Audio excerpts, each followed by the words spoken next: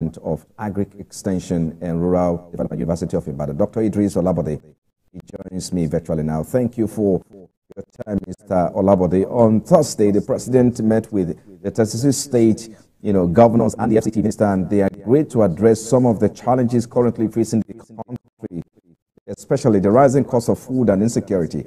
How is this collaboration between the government and the state government likely to address the situation? Let's start from there.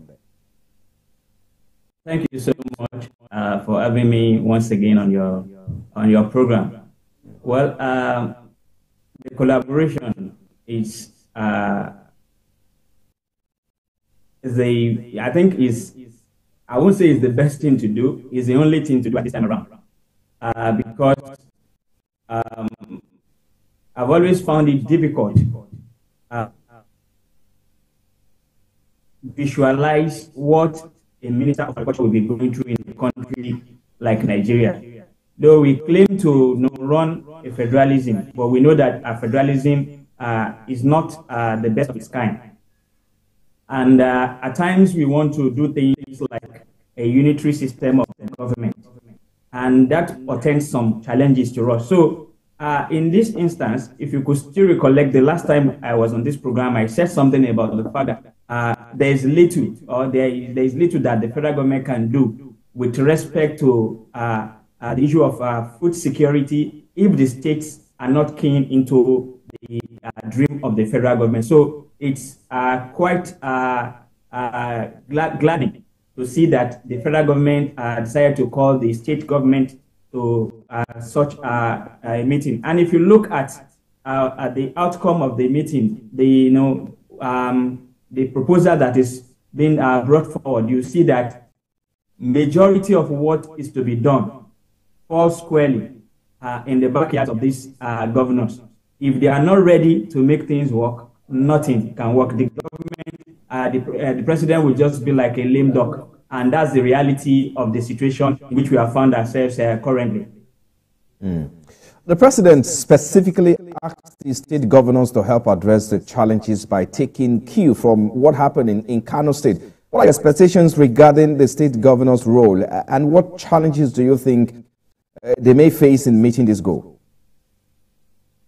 It's an uphill task, considering the fact that even the president is somebody that is of this free market orientation, and trying to be going around checking, auditing, and things like that in states where they do they did not have like a task force for doing that before now. In the case of petroleum, for instance, you have a regulatory agency that was set up to be tackling something like that. So it will be easy for them. It's just a matter of they already have their protocols. It's easy for them to just start doing all of those, checking. They have the modes of operation and things like that. But at the state level, it may not be so easy for them to do that. But like the president said, they can take a cue from what they did in Kano. So if they can get the operation manual, if they have anything like that, look at it, see how they can localize such a manual and use the same approach in their state, use a similar approach in their states. It will be something that we may have some positive results from. But from my own perspective, I think the problem may be more than the issue of auditing. Are we sure that we have enough of this produce? Recently, we heard about the challenge from with respect to rice because of this ban on exportation or restriction on exportation by India, for instance, that they will prefer that their people feed well before they think of exporting to other countries. Things like this are bound to actually affect what we have in the country as well. So I don't think it's a hoarding problem alone. It's simply a problem of not having enough in the country. At the meeting, the president... I blame the government for trying to solve it, for trying to tackling it.